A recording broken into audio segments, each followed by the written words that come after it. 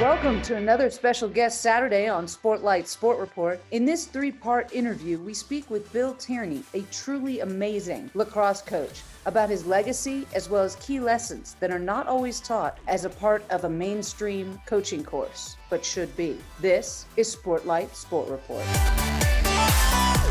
Hey, Meg and G here for Sportlight, and I have to say we are so very lucky to have with us today one of college lacrosse's legendary coaches, Coach Bill Tierney.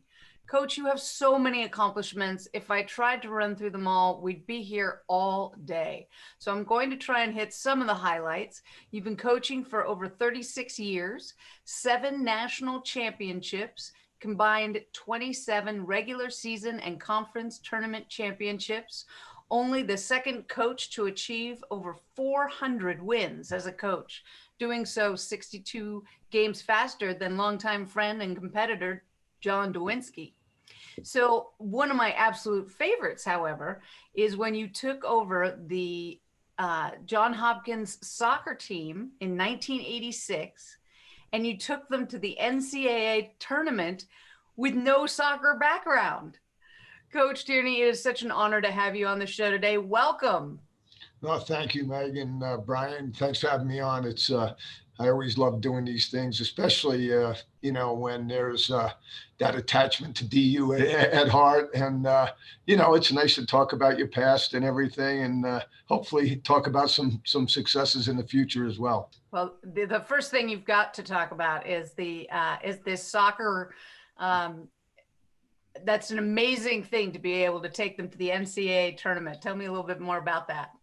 So what happened was I was a football coach. In fact, I had, kind of reached my lifetime goal of being the head football coach at my high school. And then my best friend, who was the lacrosse coach up at RIT in Rochester, New York, left there late in August to go to Ithaca College. And so somehow, some way, they talked the athletic director into hiring me. And so my wife and I went up to Rochester, New York in January of 1982 and lasted, 2.5, 3 years there. But then the Johns Hopkins assistant job opened in the spring of '84. And interestingly enough, the goalie who had played for me in high school, Larry Quinn, was now at Hopkins. And somehow he talked the coach into talking to me. Well, they had a great old AD there named Bob Scott, and Bob was a wonderful man. And he said to me, well, I'm in a dilemma here. I have to hire somebody to be our head soccer coach. So I kind of told a little white lie. I said I had a little soccer background. I did score the winning goal in our 6th grade championship in Levittown Elementary Schools. And I did share my office with the soccer coach at RIT. So I thought that was enough. And so Bob said, all right, the good news was, and I've made my career on taking over programs that had hit in some hard times. And this one I thought was the easiest. They had only had one winning year in 50 years of soccer at Johns Hopkins. So I figured, how can I do any worse? And so Bob hired me. And, my first year we were like 7-9, and then we went 14-3, and then 14-3 again. And then that third year we won our conference, won the state championship, and then we're invited to the NCAA tournament. So, and in fact, that was the thing that the people at Princeton subsequently to that say that helped me get the Princeton job after that, was more because they hoped I knew a little bit more about lacrosse than I did about soccer. And if I could do that in soccer, hopefully we could revive the Princeton lacrosse program. You want to pause and talk about that a little bit? Because I know, right, there was a different period of time where it wasn't uncommon that college coaches still would coach more than one sport. So how do you go about, taking over soccer? You've got your coaching background and you've got a phys ed background, but where do you start coaching something that you hadn't coached really before? It's a great question, Brian. I got to tell you, it's probably my most honest moment in my life was that first meeting with the soccer team at Johns Hopkins, where I literally had to say to those kids, I know nothing about soccer. And so you're going to have to deal with me. They were a bunch of pre-med and engineering guys Hopkins has a unique situation. They're Division I in lacrosse, but they're Division III in every other sport. So these were kids that were there for their education and happened to be some pretty good soccer players there. I said, so, you're going to have to help me through the coaching part and the skill part of soccer. There's two things I'll do well. I'll recruit and I'll give great halftime speeches and motivate you and get you in shape. So I guess it was three things. So we did that pretty well, and the kids bought in. They kind of actually, if you threw that, a lot of years later, from some 40 years later, all kids now think that they should be, tell the coach what to do, and so it was really it really helped me in my coaching career to really be humbled by 18 to 22-year-olds, and yet I think it helped them to know that someone was there that trusted them to help him along as well. So it was a great symbiotic relationship, and they were a great group of kids. And as I said, it was a really, really humbling yet satisfying and enjoyable experience. I'm connecting, right, because you coached high school football before that as well. And usually football coaches are very, aggressive, almost authoritarian. They're constantly telling people where to go, how to line up, how to move, and every little inch and step matters. And then you go out to soccer practice, though. Well, I was that exact football coach. So, I was that guy. I loved coaching offensive football, calling the plays. And, in football, there's probably on game day, it's probably the most the sport that has the most impact from coaches on game day, because you're calling every play usually about an average of every 10 or 15 seconds. And so all of a sudden you get to soccer, or you get to lacrosse, or you get to, even basketball, where your coaching is done during the week. You call timeouts and you make some key decisions when the kids are on the sideline, but it's pretty free flowing, and you hope that you've prepared them well enough to make those decisions on the field. Whereas in football, it's my decision after my decision after my decision. So that part was tough. And I remember the first game, the referee telling me to sit down. I didn't know that soccer coaches sat down. I thought they ran up and down the sideline like lacrosse coaches, So it was a very interesting experience. But again, I think that football mentality took me a while to get out of. Yeah.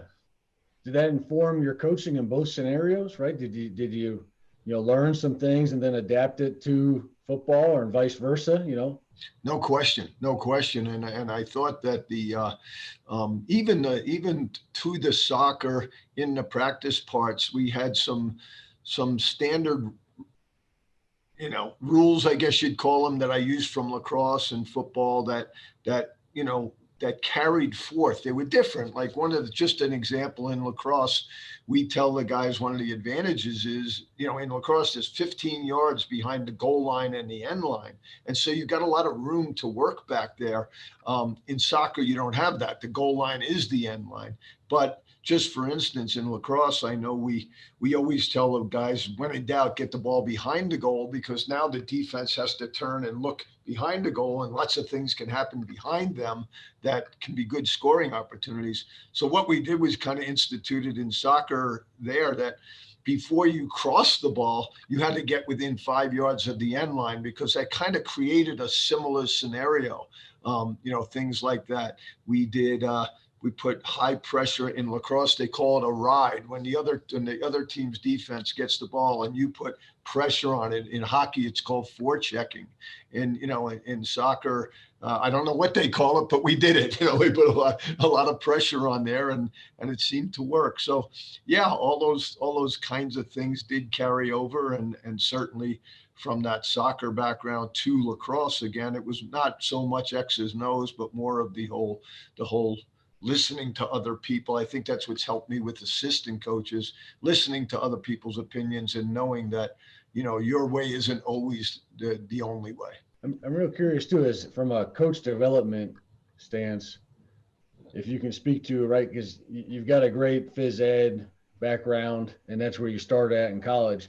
If you can think about how you developed as a coach, and what were those kind of key lessons or opportunities that you sought out to learn, Was that tactical X's and O's right away? Was it more techniques, physical, social, emotional, psychological? Can you speak just briefly about how you got started at the university, as well as then how you developed yourself and how you prioritize your education until today? Well, that's an impactful question for my life anyway, because when I grew up, coaches had so much impact on me as a young person from the time I was 8, 10 years old. In every sport I played, my older siblings were athletes, and I couldn't get enough. I grew up in a place where there was 42 kids on a block that had 20 houses. It was post World War II, baby boomers. So you were playing everything, but the impact, I noticed at a young age, the impact came from my coaches. And so I always wanted to be a coach. And back then, the way you were a coach was you had to be a teacher. And the way I knew I wasn't going to be a history teacher or a math teacher. So I became a phys ed teacher because two guys, my two favorite high school coaches, most impactful guys in my high school career, were my phys ed teachers and high school coaches. So with that leading in to, as you mentioned, Brian, my physical education background at Cortland State, you learn so much. People people sometimes smirk when you say you're a phys ed major, and I think people who have been through it understand that it's not just the learning how to play badminton and go bowling. It's physiology of exercise. It's kinesiology. It's anatomy and physiology. It's movement based. It's understanding. And in my era, it was just about the time where people were starting to accept weightlifting. When I was in high school, they told you don't lift weights; it hurts you. And so the teaching classes, oftentimes I speak at group things,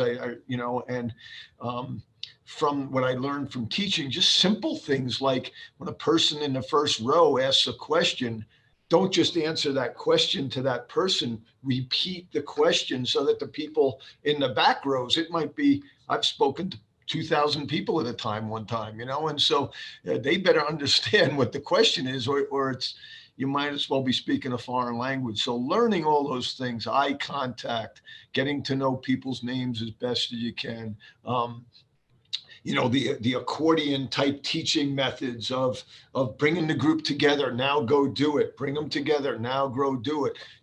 Because, and we've changed even since then. All I learned back then, people now all say, well, kids have changed. Well, I think our teaching has had to change, and we use here in our lacrosse program a 4-step teaching method, which is number one, we do what we always used to do, is draw it on a board. Right now it's a whiteboard and it used to be a blackboard, but that's number one. And then number two, we show it on film. And then number three, we do it in what we call skeleton. So if it's an offensive thing, no defense. If it's a defensive thing, we put cones out and no offense.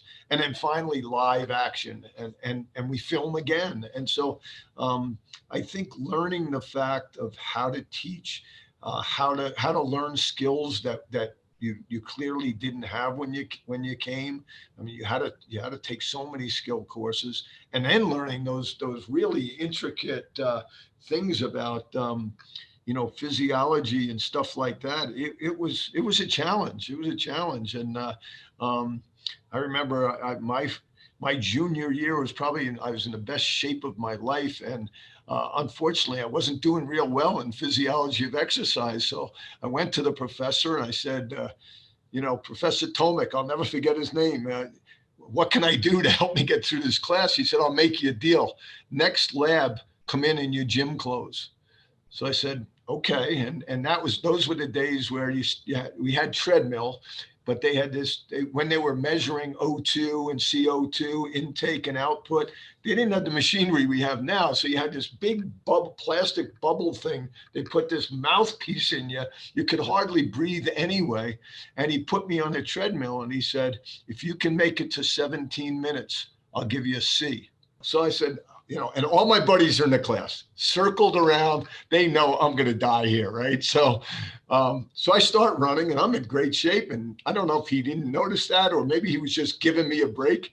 But I get to about 17 minutes, and I'm still doing well. So back then you had to crank the things up so that the tilt in and the treadmill went up, and you could turn the speed up a little bit. So all of a sudden now it's 19 minutes and I'm going uphill. Now it's 20 minutes and I'm really going uphill. Finally, I'll never forget this. At 22 minutes, he shuts the thing off and he goes, "Damn it, you're getting a B in the course." And that was it. That's how I earned my B in physiology of exercise.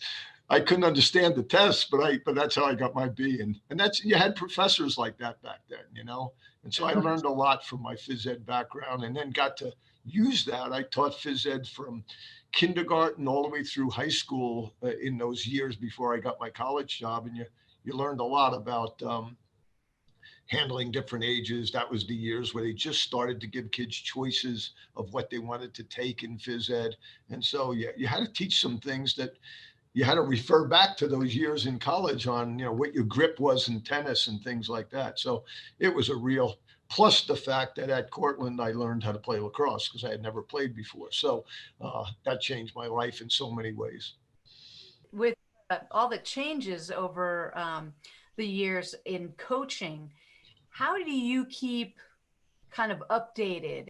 Yeah, I think the key, Meg, is to number one, know that you're getting older and the kids are getting younger, seemingly, and you gotta, every generation has hated the music of the generation before that, and every generation have used the term, "Oh, kids these days," and we all know that. We heard that from our dads, from our grandfathers, and now they're hearing it from us.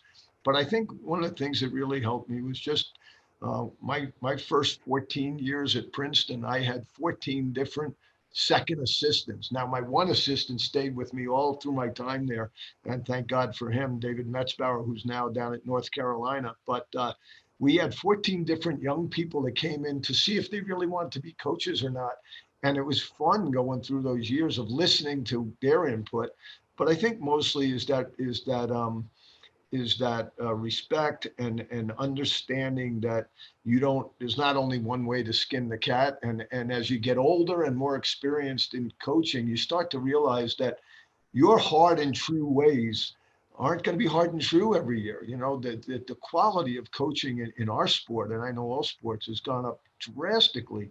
Young people used to come into coaching because they didn't have anything else to do. Now they're coming in because it's a great career. They know they can make a whole lifetime out of it. But that means studying film, listening to the older guys and working on their thing. I saw a quote a couple of years ago.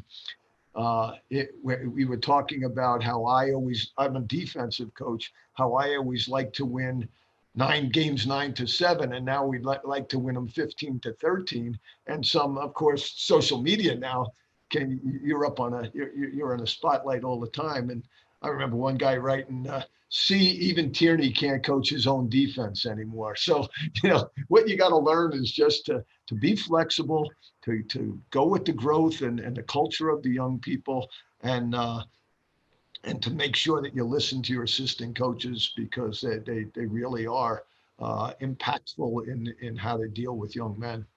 I think I've certainly had some coaches that have gotten kind of stuck in the way that they coach. So I think it's wonderful when, especially mentorship, we know that it works in one direction really well, but it's wonderful when both sides are benefiting from the relationship. That's when it really makes a big difference. What about communication and connection with the athletes? Do you find that you've learned different tricks and different ways in which you can connect with each generation, or does it change that much over the years? Well, I think, and we're hearing this more and more finally, is that it's not the kids who have changed, it's the parents. And so, we are dealing with a generation that has not, even if they've lost every game that they've ever played in, they've never experienced failure, because right at the end of that game, it was the coach's fault, the referee's fault, the weather's fault, the field's fault, the ball wasn't blown up enough, whatever it might be. And so that going through failure, I think, is one of the greatest things about sports. I don't like to lose, but you get better from failure, even if it's just not being able to do a skill well. So I think that part has changed a little bit, but adjusting to them. What we've also learned is that young people, even though they want to hear why a lot, and that's helped us in our coaching, we don't even let them ask why, because we tell them why before we start teaching them the skill. This is, we're going through some stuff now in the fall here at Denver where we're working in small cohorts because of the pandemic, and we're explaining to them that we're working in these partial groups. 3-on-3, 2-on-2. Lacrosse is played in a half. Once you get to one end of the field, it's a 6-on-6 game, and so learning those small parts and putting it together. I've normally been the teaching methods of going back to phys ed is whole to part or part to whole. I've always kind of been a whole to part, back to whole again method of showing them the big picture, showing them the little skills, and then reviving the big picture again. And I've changed that now. I'm now forced by the pandemic and forced by the learning skills of young people now. We are definitely part to whole, and maybe have to go back to part again a bunch of times, but back to whole again. And I think it's kind of been effective. Thanks for joining us for part 1 of this 3-part series with Coach Tierney. Before starting part 2, where Coach Tierney lets us in on the secret to maintaining and sustaining a great coaching career, please don't forget to like, subscribe, or click the bell so you don't miss any episode of Sport Light Sport Report.